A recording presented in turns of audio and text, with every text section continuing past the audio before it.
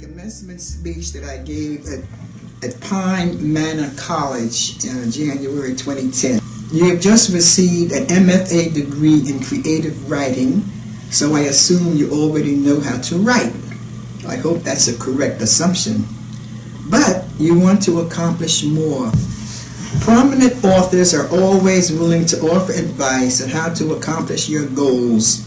Your hope is that they have a magic wand to tap you on the head with, and presto, enlightenment dawns. Toni Morrison, Nobel Prize laureate, offers this advice to writers, quote, "The person you are is like nobody else on the planet. Nobody has the exact memory that you have. What you now know is not all that you are capable of knowing.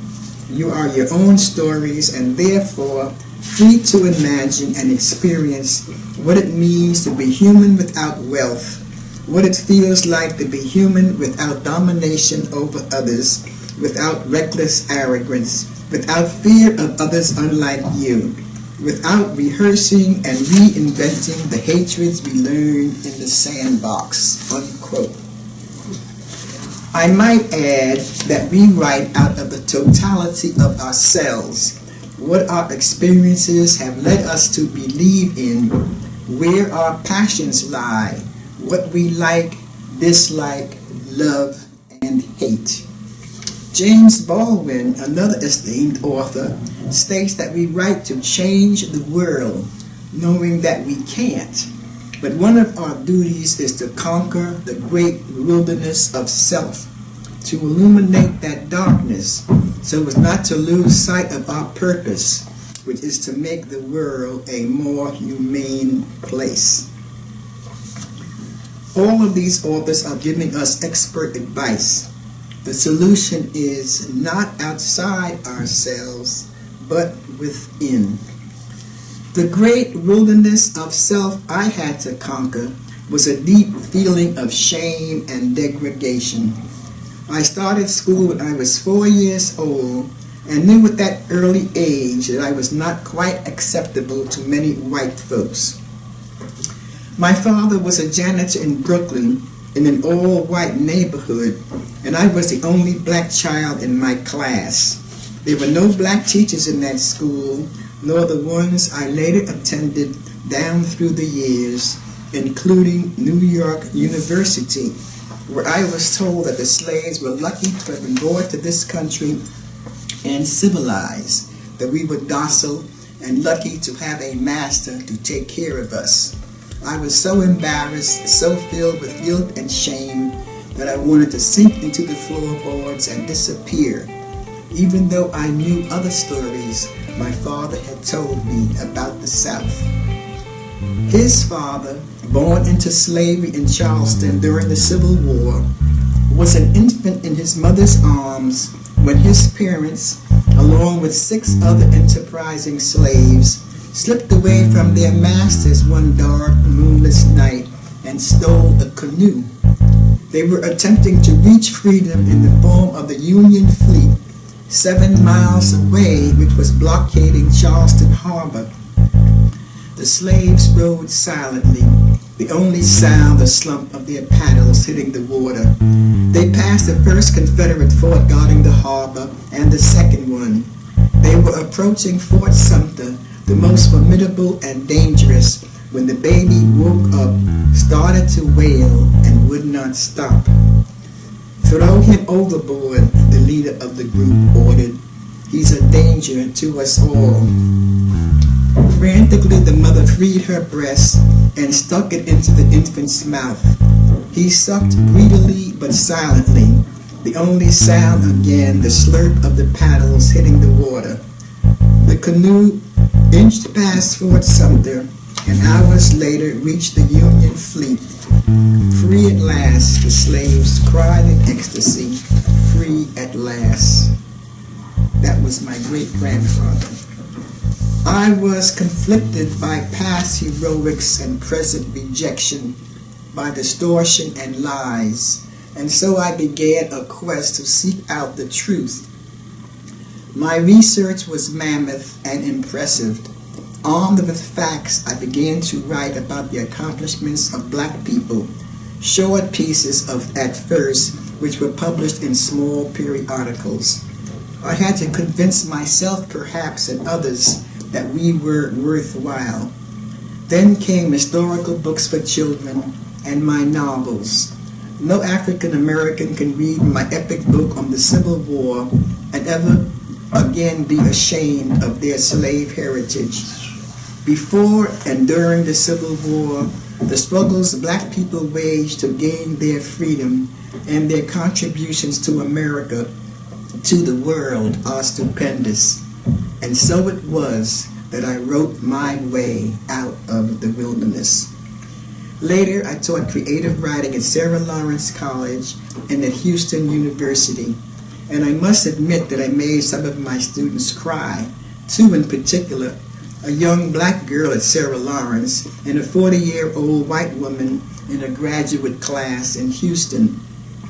They were both writing about true incidents in their lives, and their complaints were the same. With tears streaming down her cheeks, the Sarah Lawrence student told me during an interview, "Louise, you are not being fair." I had criticized her story to the class, stating that she knew more than she was telling us.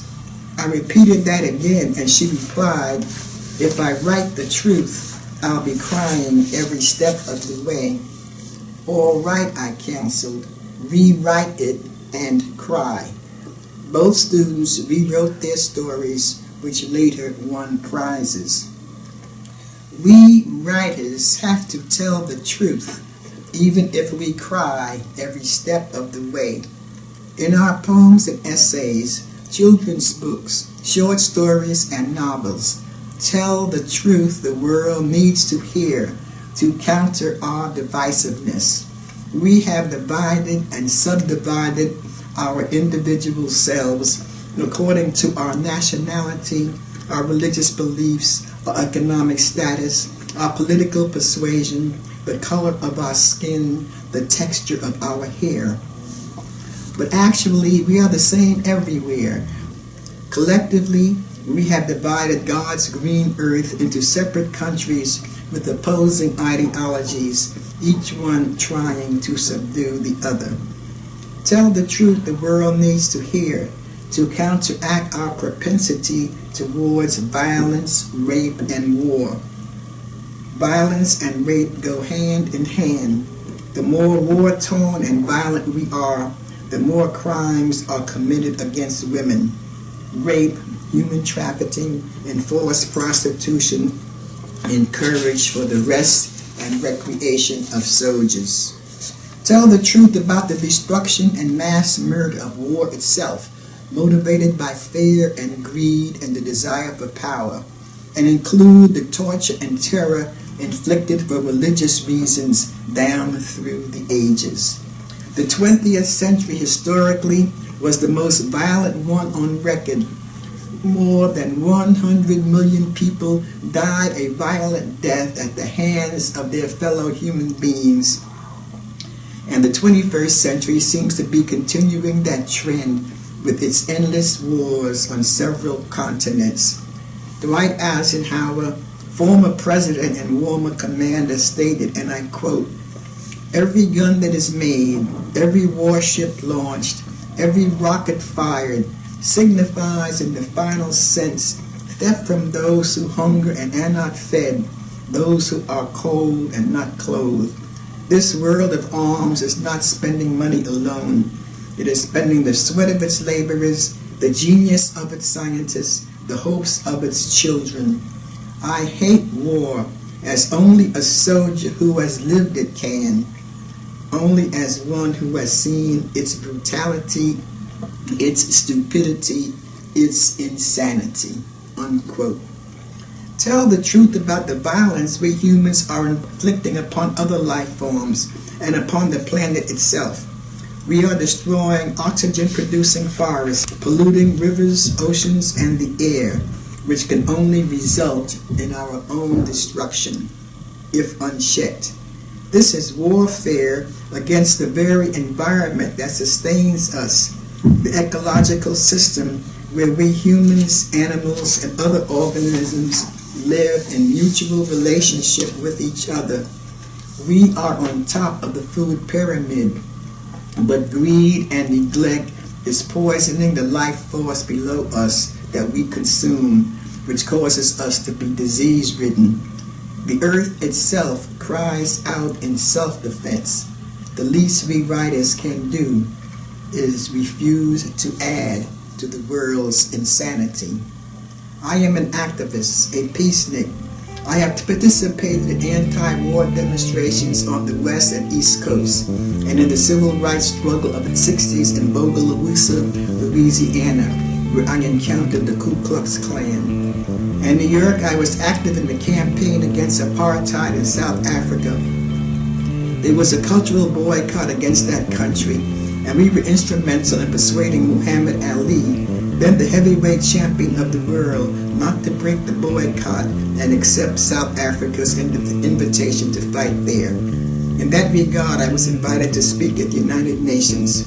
Currently, I am involved in organizing a forum in support of the Nuclear Non-Proliferation Conference. Signatures are being collected on petitions worldwide to be presented to the United Nations. Here in the States, the petitions are directed to President Obama. He stated on April 5th this year in Prague that, quote, one nuclear weapon exploding in one city could kill hundreds of thousands of people, and no matter where it happens, there is no end to what the consequences might be to our ultimate survival. I state with conviction America's commitment to seek the peace and security of the world without nuclear weapons, unquote. The petition to President Obama calls upon him to make good on his commitment. Dear friends, what is at stake is a world free of nuclear weapons of mass destruction. And every year, commencement speakers tell graduates, you are now in charge, or will be in a few years, so fix it.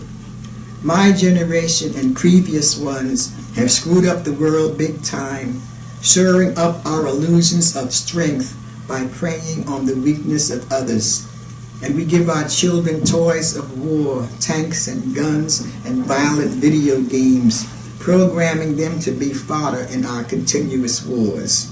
How do we fix this violent-prone world? The good news is that there's a multitude of dedicated people around the world working on our most vexing problems: poverty, infectious diseases, global warming, pollution, human rights, peace.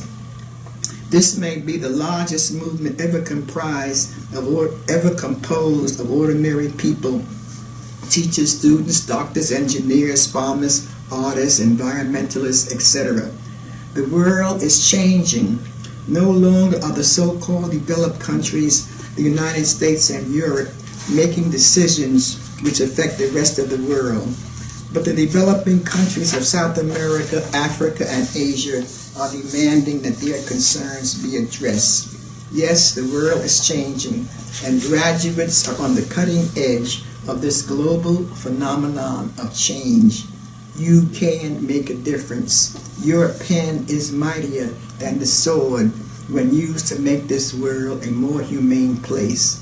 Don't hurt it or enable others to do so. How do we fix this imperfect world with our imperfect selves? Actually, we know the answer. It has been revealed to us down through the ages. John Donne articulated it in the 17th century. Quote, no man is an island entire of itself. Every man is a piece of the continent, a part of the main. Any man's death diminishes me, because I am involved in mankind. Therefore, never send to know for whom the bell tolls. It tolls for thee.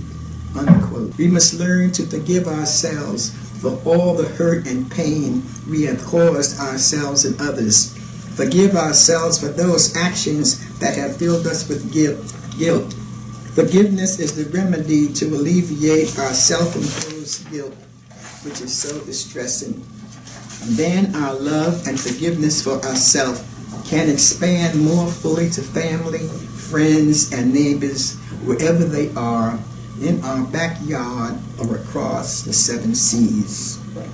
The pursuit of happiness is what we all are after. The key word here is pursuit, which means action. To accept or reject, that is a form of action.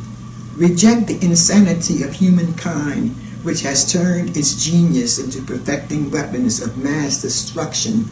Accept and promote the genius of humankind that have created networks of art and music, literature and architecture, and scientific innovations that have radically changed the way we live with less hardships and more creativity. Reject failure and continue writing and rewriting until we get it right, and our publication date with the major publisher is tomorrow. If we do what we love and love what we do, joy will come. That's a phrase from a gospel song I dearly love, which goes like this: remember, weeping may endure for the night, but joy will come in the morning. Joy, joy, joy. You may have heard it before, but it bears repeating. An elderly Cherokee was teaching his young grandson about the battle that each person faces. There are 2 wolves struggling inside each of us, the old man said. One wolf is anger, resentment, greed, self-pity, envy, vengefulness, and lies. The other wolf is love, joy, peace, kindness, truth, and compassion. The boy sat thinking for a while and then asked, "Which wolf wins, grandfather?" The old man replied, "The one you feed. The wolf we feed, dear ones. The wolf we feed." Thank you for listening.